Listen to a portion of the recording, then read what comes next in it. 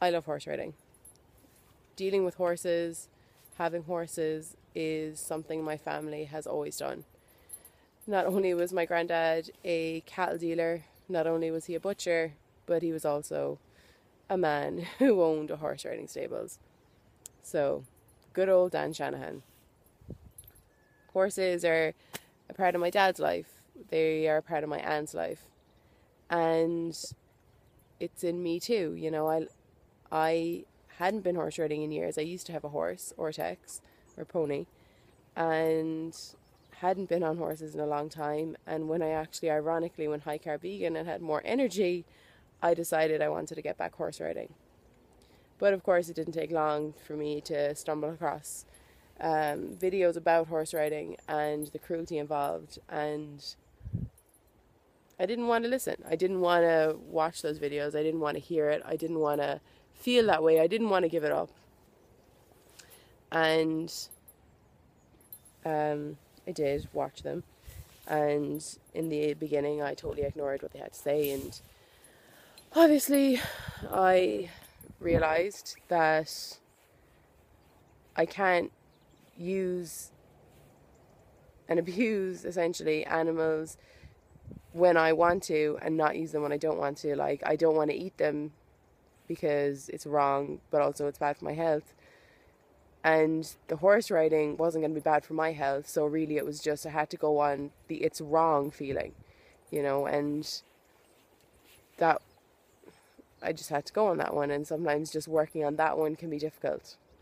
And for me, horse riding wasn't a huge part of my life anyway. I mean, it was upsetting to not do it because my dad used to ring me about it all the time, and like, I know that he loved that I did it, and that's, I don't know, it was like a nice little bonding thing, and like to give that up was like quite difficult.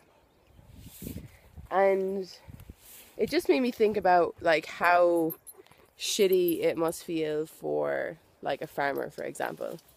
Like, we have this like ridiculous idea that, well, farmers' jobs involve cruelty to animals, and you know, that just means that that person doing that job must be a raging psychopath. Like, all farmers are evil and cruel. That are stupid. And that's just not true. Like, it's not even kind of true. Humans, all of us, we have a love for animals. We have a bond with animals. We are all animal lovers, like, you know, we are. Either that or we're psychopaths. I mean, there's those two, but generally we're animal lovers, most people. And that's what farmers are. You know, they love their cows. They do. They genuinely do. Like, my uncle is a farmer and he loves his cows. He knows them all and he loves them all. And yes, he does cruel and mean and awful things to them, but he doesn't realize that we shouldn't do it. You know, he hasn't really, he thinks that's the way it works. That's the way life is. You know, that's what he thinks. The fact of the matter is, cows shouldn't be on the planet, just like the kind of horse that I was riding shouldn't be on the planet. You know, this is a genetically modified being. You know, we talk about cows and how beautiful they are, and that's true, and they shouldn't be killed. They shouldn't be here, though. You know, I mean,